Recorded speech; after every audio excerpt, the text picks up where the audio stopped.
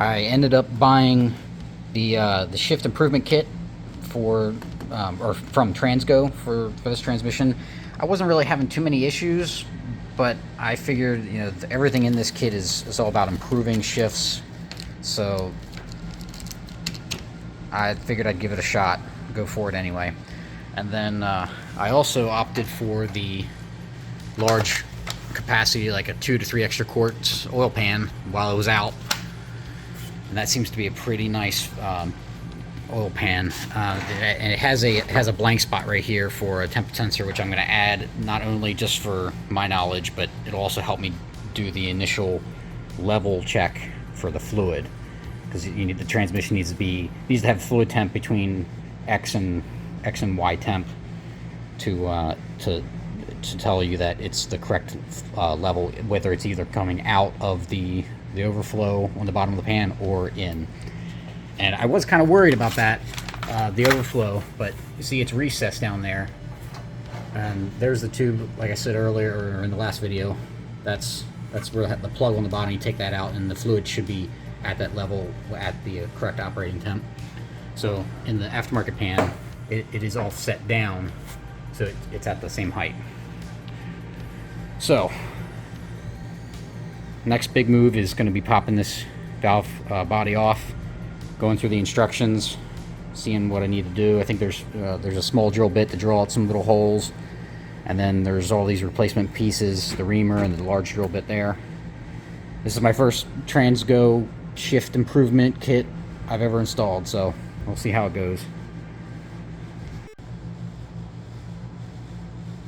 Alright, there are a couple good videos on YouTube already about how to disassemble the valve body, so I'm just going to jump through that. But essentially the first step is to just take out this spring here, and then roll through all the M6 bolts, and then the valve body can be lifted off. There is a special clip here for the wiring harness. Like those other videos, note, you just want to remember where that goes correctly. Shift solenoids. So let's blaze through this real quick.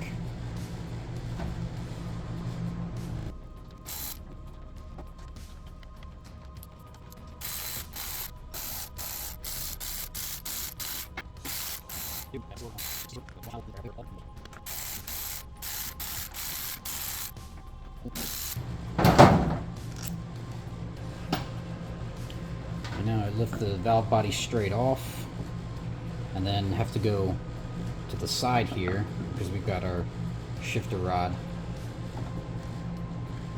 And it pulls right out. So set this to the side. Alright, this part should be done. I'm going to try to scoot it out of the way, put some towels down, and then we'll jump to the valve body and see exactly what we need to take apart there.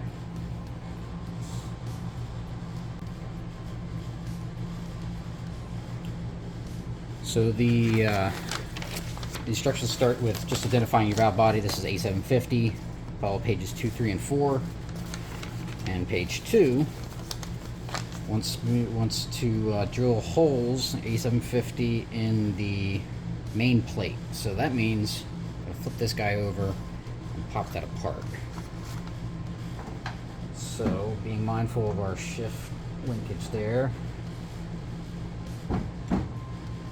we've got 3 main components here. We have the I guess the upper valve body, the middle, and then the lower. And we need to separate the upper to get to the mid, to separate that from the lower, and that's where our main plate is. Alright, so let's dive into it.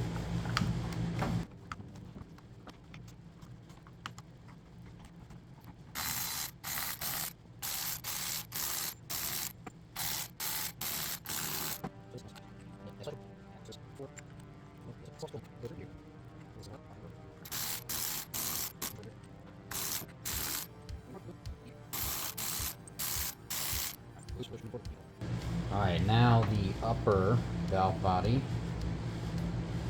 So if I remember correctly, there's check balls within that valve body. So I want to try to grab, yeah, the plate right here and take it off in one piece.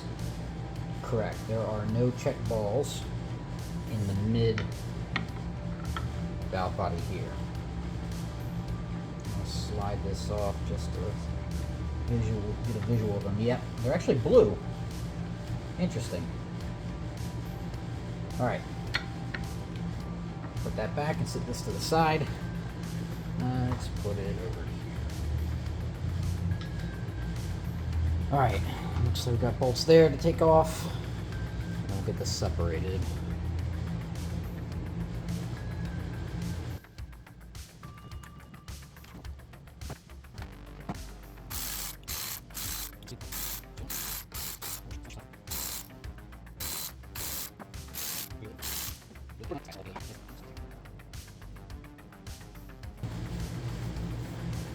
All right. So now the same situation. There should be check balls in the middle valve body here, or the center valve body. So I'm grabbing the plate on this little tab out here, lifting up.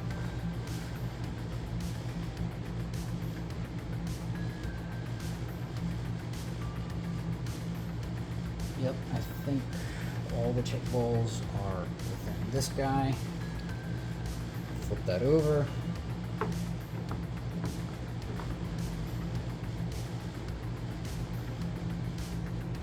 Alright, yep. See all the check balls. They are blue as well.